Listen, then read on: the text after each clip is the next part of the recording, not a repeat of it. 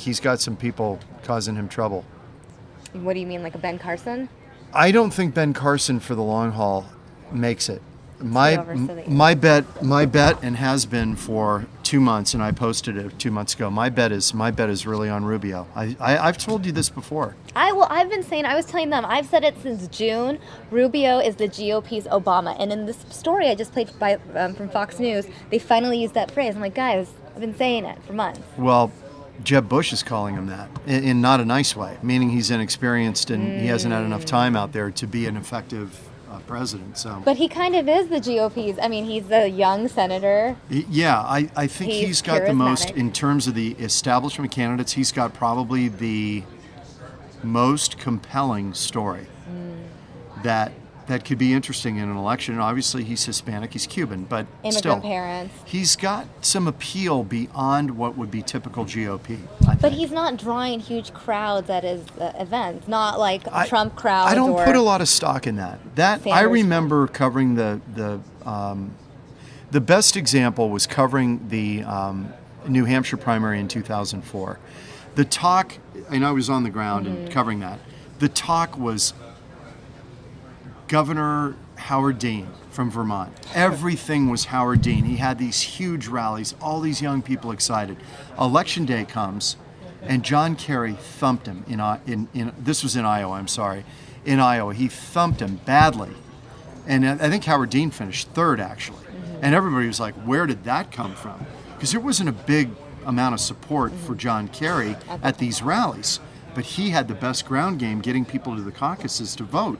This is what it's about. It's about getting delegates. Do you think also 2015 is a little different? It seems like the word that we're hearing a lot of is frustrated. America is frustrated with the traditional political approach. I agree, but national polls will show that. The question is, can you get these frustrated people to the polls? I see what you're saying. So even though they're going to publicly talk about how they're annoyed, and they'll go to Twitter and they're going to go on Facebook and they're going to complain, they may even show up to a rally for the Instagram. Exactly. Right? Yeah. Are they actually going to go on election day? That's the question, and those become pretty hardened party people in Iowa and New Hampshire who vote in the primary. So you're getting people who are really engaged, tend to be a little bit older, a little bit more party people, entrenched party people who vote, and so that reflects generally the establishment candidate. I mean, you go back in history, the Republicans have had a very predictable history of going with the safe pick. It's usually a VP, former VP. The conservative choice. Yeah, or it's the guy who was the second place guy the last time around, Mitt Romney, John McCain. Before that, they tend to go very safe, and so to pick a Trump, I think that would really be a leap of faith. But it's also for the Republicans to do that. Again, it's a different era, and social media, the internet has played a large role. You're right. Obama rewrote the rules. Right. He rewrote the rules. A guy with not a lot of experience who got elected. Right. So I'm just saying, you never know. I have a question for you. Who's the next person to drop out, in your opinion? There should be some people dropping out soon, right? I really think Rand Paul, because Rand Paul's in trouble in Kentucky.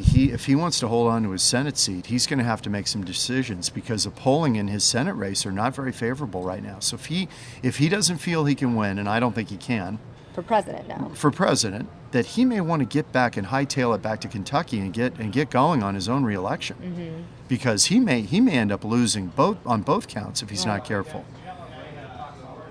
I think he's right in that mix. I think Lindsey Graham hangs in there, maybe angling for a Secretary of Defense or something spot. He might hang in there, but for most of these guys who are in either not registering or polling at 1%, I don't know what the allure is to keep going. I think Pataki's got to get out probably. Rick Santorum's got to get out. Bobby Jindal. I think all that group at the little kiddie table, they probably need to at some point say, okay, enough's enough. Right, but I guess there's also the part of campaigning where your name is just out there in the public. People become more familiar with you, so anything you do after this maybe brings you get more attention. If you write a book, I don't know, whatever you choose to do. I think that's a good point. I talked to McCain about this a lot when he ran in 2008, and when he ran in 2000. He came out of 2000 losing to George W. Bush enhanced. Most guys who run and lose, it's kind of a chink on the armor, you know? they lose a little bit of their persona when they run and lose. They're diminished a little bit. McCain was one of those guys in 2000, even though he lost to Bush, he somehow came out of it enhanced. And then, sure enough, when the opportunity came back again in 2008, there he was. John McCain got the nomination. Again, the safe pick. And I just think that's what Republicans tend to gravitate toward. I don't know that they're going to take a flyer on a Donald Trump. I may be wrong. But I've long thought that at some point this ends. I don't know when. Maybe it's in Iowa and New Hampshire. Submission Channel asking a question. Is Trump going to be asked why he opposes raising the minimum wage and that climate control is a hoax? I don't know. It's an economic debate tonight, primarily. So the minimum wage would come up. Climate control, as it relates to maybe, Republicans tend to think that the whole climate change thing is really predicated on an idea of how can we get into people's wallets over a carbon tax, that it's really a backdoor way to tax. So if it gets into a tax discussion, climate change might come up. But with the economy, I think it could, raising the minimum wage might be asked, since CNBC is doing the debate. I mean, they're all about money and they're all about these issues. So it may come up. Sure. Right. So given that it's all about the economy, I didn't know that till you just said that. I was wondering if because they're in Colorado, they bring up the issue of marijuana, but it does have an economic link to it in terms of the taxes. So I feel like that's going to be a big topic. I think if you're in Colorado, I think that would have to come up because Colorado. That's the great experiment. Someone in that audience might be high at the time. You never know. One of the people on the stage might be. They have vague back pain or glaucoma that they're treating. Who knows? Oh, we know Jeb Bush has tried it. That's right. I'm pretty sure everybody on that stage has tried it. They may not admit to it, but yeah. On climate change, I asked Rubio about that when he was out here in Arizona. And, I said, you have been called a denier. And he said, he goes, I don't deny that the climate's changing. He said, the climate is always changing. The question is, he said, really for politicians, the question isn't about climate change, but what are we going to do about it? If we believe that this is a big problem, how much are we willing to bring down the mean temperature 2 degrees, which is what everybody wants to do? And the last figure I saw was $30 trillion would have to be spent worldwide to bring the temperature down 2 degrees. Now, that would wipe out every economy. We don't have that much money in the world. So we got to decide, how far are we going to go on this? And if we're going to just do nitpicking measures that hurt economies, are we willing to do that when the change will be negligible? So I don't know what the answer is on that. So many people chatting in the chat room. They haven't seen you in a while. I know, it's been a while. I saw someone saying, Cookie. I appreciate that. Climate change is real. Rachel saying Trump didn't reveal his running mate. Who do you think it could be? I think it could be Who Carly. Should it be? I think it could. Trump's running mate. Trump, to me, would need some governing experience. As crazy as this sounds, Ronald Reagan and George H.W. Bush went at it in 1980, and in the end, Reagan tapped Bush because of his experience in the UN. George Bush had been around. George Bush Sr. So even though they're fighting now, Trump might grab a Jeb Bush because he needs somebody. Interesting. Although, this has gotten kind of personal and nasty. But Bush can decline also. Oh, yeah, of course he could. But you probably want Trump, the job. I think Trump would go for somebody who's governed. I think you'd need to have somebody who's governed, considering he is not. Right. You want somebody who fills in your gaps, right? So what like a Bush or what another? Now Rubio, I think Rubio would pick Carly Fiorina, and that could be a really good ticket, really strong ticket that could give Hillary Clinton some fits. Because of her background in business, because she's a woman, because background in business, she's articulate, she's it depends on what you believe, whether she's capable, because some people say she ran HP into the ground, other people say no. But she's pretty impressive up there. Wouldn't you agree? Yeah, I don't know. There's the only thing that, and I know this is completely from a superficial point of view, but envisioning a Rubio and a Carly side by side, I don't see them. I just think that Rubio looks really young. I know this doesn't sound right, but I'm just going to say it. Rubio looks like that's his mom. Okay. Exactly. Okay. I was like, it's just, that's what it looks like. Hey, it's your show. You can say whatever you want. You're like, wait a minute, you're measuring your words for the first time ever? What in the world? I don't know how to say this. I don't know. I mean, that's Carly the Fiorina first looks thing like I thought. Rubio's mom. Well, I mean, but not you said literally, worse. not literally, because she's blonde Yeah. and whatever. But you know what I'm saying No, I is know. that, and she has that poise too, though, of being like a mom, her authoritative figure. You know, she speaks very well. I'm not saying that's a bad thing. I think that could be a really formidable ticket. Really formidable for the Republicans. That might be their best chance.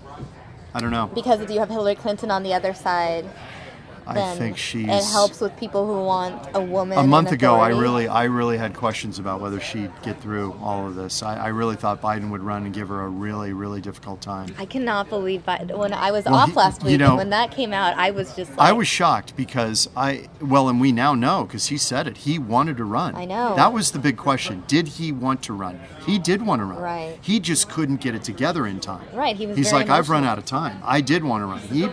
He said it. And he would have done a good job. I think he would have been really tough. I think Republicans feel he would have been a tougher. Oh, the polls showed that Biden would do stronger against whoever the Republican nominee was. I think there's some truth to that. Hillary, because people are already so familiar with him. I mean, yes, people are familiar with Hillary, but there's also that. Tess That's very really nice. likes Thank you, us Tess. together. People are familiar with Hillary, but Joe Biden has the likability factor. Right. It's just something that I feel is so important in this day and age because of social media. Everyone in the public feels like they do have personal connections to public figures, unlike 2 decades ago, for example. Everyone kind of has direct access via Instagram, Twitter, and all of that, and so they feel like they know you more, and they want to feel like there's that personability, and Joe Biden had that. I feel like Hillary's trying to do that. She's here and really there. trying hard. And I mean, and you know what I think now that she's kind of got the nomination, pretty much a clear path to the nomination. Right. I think she's going to relax a lot more. We might see more of the real Hillary because she can relax. She's not on guard as much. Can I show you her? Actually, sure. We had her on earlier today. She's smiling from ear to ear now, every appearance. She was in New Hampshire, and someone asked her a question about moose, and she just got so excited. About moose? Well, yeah. Like for your hair or moose out in the wild? Like the wild, the animal. Okay. And I clipped it on her. What was the context of that question? This was in New Hampshire? This was this morning. morning. Was it a hunting question? I clipped it. Hillary Clinton gets excited when asked about a moose, or asked about moose. I mean, it's not really about. Oh, St. Anselm College. What a cool place. They do a lot of the debate stuff at St. Anselm College. Let me go ahead and pull this up. And we'll hear from the guy asking the question. I got to listen to this. Thank you. I'm Eric Orff. I'm a wildlife biologist here in New Hampshire and have been one for 40 years, including 30 years with the New Hampshire Fish and Game. My big thing the last several years has been our moose. Our poor moose are down some 40% as our winters have grown shorter and our summers even hotter. I know you've really worked hard on climate change issues, but another factor is really the... This is one of the best burgers in town. He calls it Trump. Thinks that maybe it's a non-starter. Homemade. Wildlife biologists across the country, as wildlife habitat has been turned into crops, it's exacerbated the problem, and we want you to be a cheerleader and help save our moose. Wow. I can tell you that's the first time I've ever been asked that, and I am honored. Can I get that? That's great.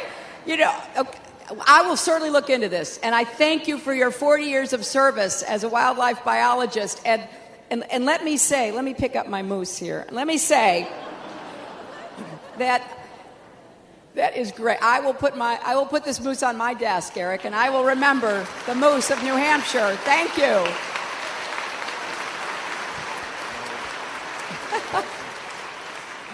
That's great. Beaming from ear to ear. It was so. I was like, oh my gosh. Winning is fun. Yeah. She's winning right now. Now she is. I mean, the Benghazi hearing's the whole thing. She's in a good place, I think, right now. The debate went really well for her. Debate went well. She's passed a couple of really important thresholds. I still think the email thing's hanging out there, depending on what the FBI, how far they want to go. So that will continue to dog her, and it will in the general for sure. But in terms of getting the nomination, which is half the battle, and for her, given 8 years ago, the battle, because, I mean, had she beat Obama in that race, she probably would be president right now. But I think I feel like I once heard her talk about how everything happens for a reason and all the experience she gained as Secretary of State. That's true. So there's that. Right. Makes her more qualified. And Democrats who have issues with her will come home in the end. They'll vote for her. I think so. They'll vote for her, so she won't have any trouble with they that. They might like Bill, at least. If they don't like her, they might like Bill Clinton. Right. What is the chat room talking about? Submission channel, is Jeb Bush going to be asked why he thinks it's proper to call U.S. citizens anchor babies? Is Jeb Bush going to be asked if he will deport? Oh, gosh. Submission channel is really going after Jeb Bush here. Joe Foley in the chat room saying, he's calling you Hooky now. I know. The nickname's spreading. If these polls are to be believed about Carson leading and he continues to lead, how long do you think it'll be before Trump gives up? I don't think Ben Carson is the biggest threat to Donald Trump. I really believe Rubio is now. And a lot of the people who watch this stuff pretty closely think Rubio is the guy to watch. Mm-hmm. And I agree with that. And I've thought that for a while. I think Trump stays in as long as he wants because he's self-funded. Right. And he likes the attention. He likes the attention. He has not had to spend a lot of money to this date on. He's spending money on hats and T-shirts and his jet. That's about it. He's getting free media from all of us all the time. All the time. He has not had to spend much. There's a downside. He's a businessman. He's smart. He's smart. There's a downside to that, though. I still want to know what kind of ground game this guy's got in Iowa, New Hampshire, South Carolina. That's when this thing really gets going in February and March. Mm-hmm. That's where the rubber meets the road with these guys. Can they get delegates? That's what this is all about. Right. And if he starts off and gets thumped in Iowa, then he's on his heels. He probably won't win New Hampshire, and then he goes into South Carolina. He's not going to win in South Carolina, I don't think. Mm-hmm. I don't think he's evangelical enough. So then he could potentially be 0 for 3 and really on it out. I mean, you've got to do well in those first 3. Who do you think would win each of those 3 states, given... I don't know. That's a tough one. Right now. That's a tough one because I don't know, and I'm not on the ground to know who's got the ground game. Who's able to mobilize delegates to get out, or voters to get out to these events? Mm-hmm. And probably Jeb Bush still has a very good organization. Which, like a loyal so even fan though we're base? getting national polls that are a big thud, maybe he's got a great ground game in Iowa. I go back to 2004. This is what I saw when John Kerry got the nomination. I wasn't hearing anything really about John Kerry in Iowa. It was all about Howard Dean. Mm-hmm. And then election day comes, and out of nowhere, John Kerry blows doors on everybody. And everybody's like, how did that happen? He had the best ground game. He got people out. Even though the polls weren't showing it, his people turned out. Dean's didn't. So this is why these polls can be very, very misleading. Because the poll is a lot easier to vote in, I guess. It's easy right now because we're basically in the courting phase. Somebody made the analogy. It's like at this point, the buyer has taken 5 or 6 dresses from Nordstrom and they're trying to figure out which one they want, and the rest will go back. Before wedding We're day. just at the stage. Yeah, we're just at the stage where the dresses are home and you can There's kind a of 30-day limit on returns, though. I know. John. Well, you know this policy. Depending on the store. But if you return it to Nordstrom, you're good. They take everything back. Everything? Yep. Even if it's like... No questions. It's true. Macy's has a 180-day policy. It's good. Costco has like 10 years, but who's buying a dress at Costco? Are you serious? I mean, Costco has an unlimited You can return policy. your huge box of Cheerios after that long? I have read so many stories on the internet about how Costco will literally take back anything and they won't ask questions. The only thing that has a limit is 90 days with electronics. So food you could take back? I don't know. I mean, my enormous box of Cheerios, I could take it back and they'd take it? I don't know. But I'm just that's their policy.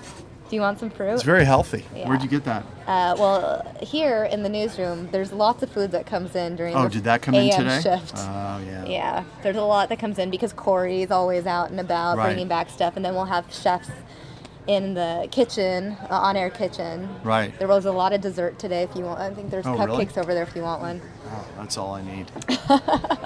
So there's always. So you didn't ask me what I'm dressing up for as Halloween? I was focused on a politics. pirate. I found a great pirate costume. Are you going to wear it to work on Friday? No. Bring the eye patch at least. My kids actually guessed. They didn't see it in my closet, so they didn't know what I was going to do. I was going to be Darth Vader, but I couldn't find a costume that really fit and was the right one. Are you big into Halloween? Do you dress up every year? Well, it's the first time I've been back with my kids on that day because I work at night. Right. So the last 5 years, I haven't been able to go. Oh. So you have your costume ready. You're going to I've at got least my show us costume ready. pictures next week. I'll give though. you pictures. I'm excited. I have 2 weddings. This weekend? Halloween weddings? Hello weddings. Wow. None of them. 2? 2 in different cities. Across How are the you state. going to do that? This is like doing Y2K. You're going to fly to Australia, celebrate, and then come back here?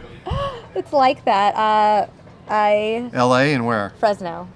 LA and Fresno. 3.5 hours apart.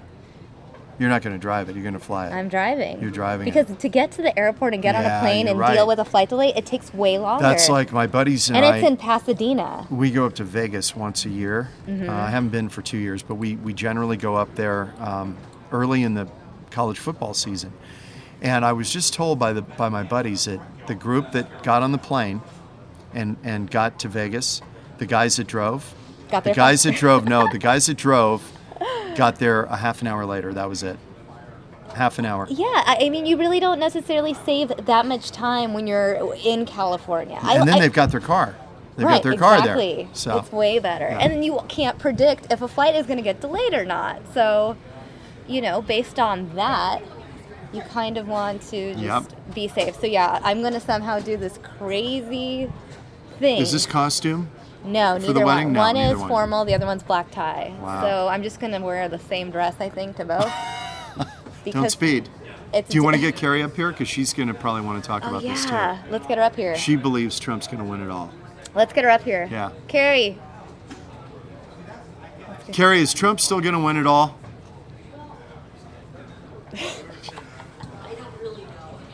This is going to be a fun chat. She doesn't know, but we've got some major money on this. Right? Dun, dun, dun. What's our current bet? Can you explain what our current wager Man, I is? hate to think people to know about this stuff. Hi. Hi. How are you? I'm good. How are you? I just got a little too up close and personal with John. You guys, The big debate. Aren't you excited? I am excited, mostly because there's always good sound bites that come out of Right. it and things to talk about the next day. I can't wait to see Donald Trump when he's down. I mean, if he's down in the polls right now, who knows what he's capable of? He might start calling people idiot and dummy and stupid and ugly again. Wouldn't that be fun? But he did that even when he was leading. Well, he did it when he was leading. Here's what I think's going on with Trump. I think he's in trouble because he started to mellow it out. People were saying, we want substance, we want details, and I don't think his followers really did. I don't think his gung-ho followers wanted a low-energy Trump. He's been accusing people of being low energy. I think they want the rambunctious, call it like it is, not politically correct Trump. And not that he's become politically correct. He's still kind of saying what he wants to say. But I think when he started to mellow it down and try to act more presidential, we started to see the excitement of him wane. And we're seeing Ben Carson, moving up. I really believe this is going to be a horse race. I don't think we're going to know the winner after Iowa. And people say, well, wait a minute, Iowa changed the trajectory for Barack Obama. It did, but there were fewer people in the race. Right. We have 14 still in the Republican race. I can't keep track. I think it's 14. Is it 14? Okay. I think if we go into Iowa with people expecting Trump to win and then he were to lose, then there's trouble. But if you go into Iowa, there's a lot of people who aren't expected to do well and they'll still be in the race after Iowa. I think that Florida's going to be really interesting because, in my opinion, we've got Rubio, Bush, and Trump who all have followings in Florida. And I think that'll be an interesting place. We're going to start seeing people piling up the numbers of the delegates. And this is going to go on for a while. Right. I asked this I same can't wait, question though. to John. It's like, wait, World Series or debate? Oh, my or God. both, That's the same time. True. I'm getting in trouble for promoting the debate now. Well, you can go back and forth, I know, right? But you guys should watch Fox on your televisions. She's required by law to say Say that. that. Watch the World Series. I asked Hook the same question. In your opinion, who do you think should drop out next? I mean, there's so many candidates. Like I said, 14 Republican candidates. We need to cut that in half. Oh boy, I don't think anybody should drop out unless they're looking at their bank account and saying, I can't afford this anymore. you know, who am I, or who is any other candidate to say you need to drop out? I mean, is Rand Paul still in? I can't remember. He is in. Okay, maybe Rand Paul. But you know, Hook said the same thing. I think there's a place for everybody. Kasich is in there, and I actually enjoy listening to some of his ideas. Is he doing well in the polls? No, but you know, if you're running a really lean campaign, you can stay in as long as you want. Who am I to say they should get out? Right. I guess my logic is because who's going to fall next? It's all split up. It's so fragmented.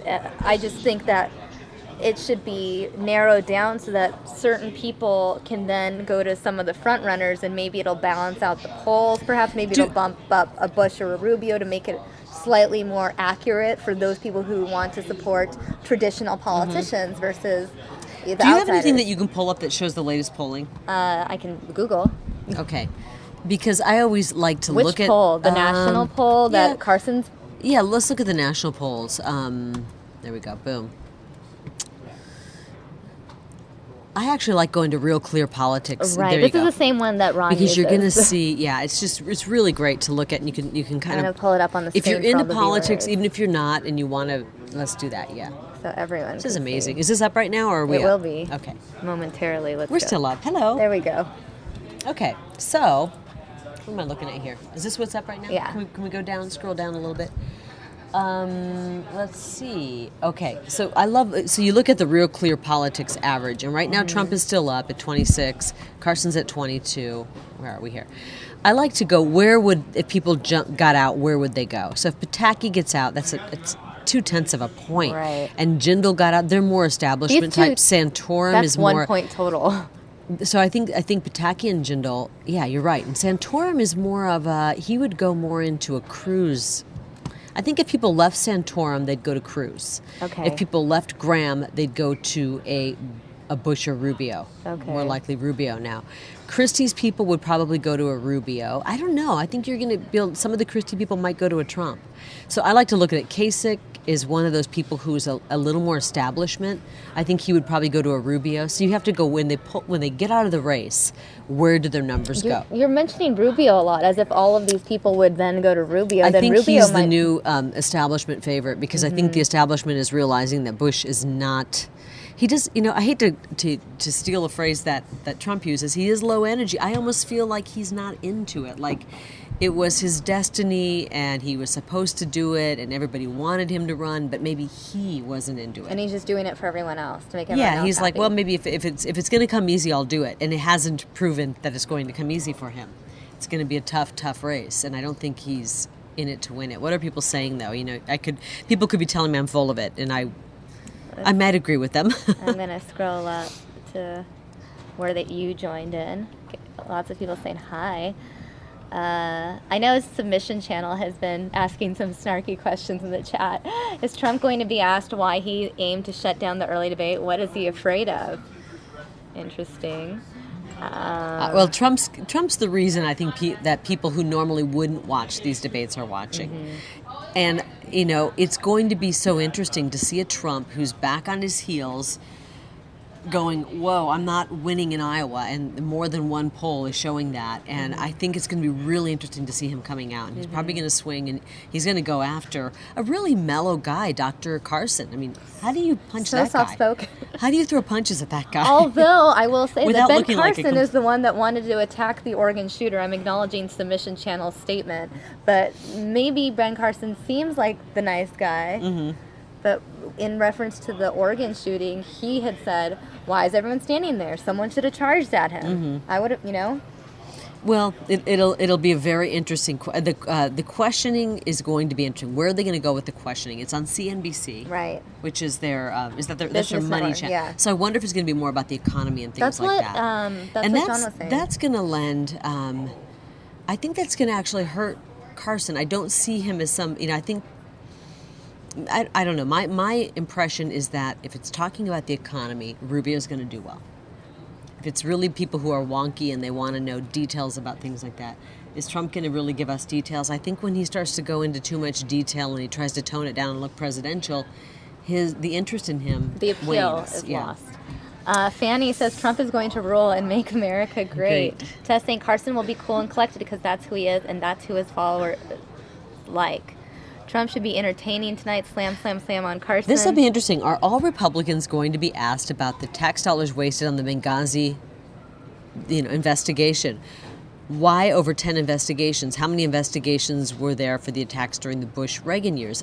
I think that would be an interesting question because, there are people who really want to see Hillary raked over the coals over that, and there are people who want to see that for political reasons alone.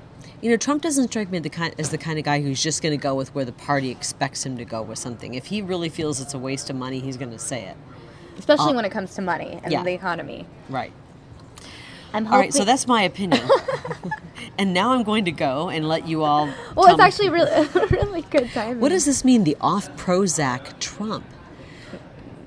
You mean, is there some sort of whoever wrote that, is there something to believe that he's been drugged and he's not? I have no idea. Everyone has a different take on That's Donald why he's Trump. being mellow? Tess saying, I'm hoping Trump will stick his foot too far down his throat. I want people to see how petty he really is. But that works for some people. You have to realize that the stuff about Trump that many people despise is working in his favor and bringing him to the top of the polls for a lot of other people. Right. People either love you or hate you when you have that kind of personality. Yeah. It's like mercurial, Kanye. as they say. Kanye, who also wants to run for president. I'm going to let you mull it out. Well, I'm about to wrap up. I'm going to switch things over to Kinsey. We're going to shift to our afternoon show. Well, let's reconnect tomorrow and see who was right. I know. Who did John say is going to win tonight? Rubio? He brought up the idea of Rubio doing really well. Well, we know whoever wins, Donald Trump is going to say he won, right? Oh, yeah, it's going to be all over Twitter. And he's going to only retweet the people that support him. The question I have is, how does Carson do? He is very cerebral, and I don't just say that because he's a brain surgeon. He's soft-spoken. He's low energy, if you want to say that. He's more of a thoughtful guy, and I don't think debates lend themselves to that, especially when there's 14 people on stage or however many. So it'll be interesting to see. I don't think Carson's going to come away the winner of the debate tonight. That doesn't mean that I don't think he'll do well in the polls. I think it might be Trump. I think Trump's going to come up with something and come away the winner.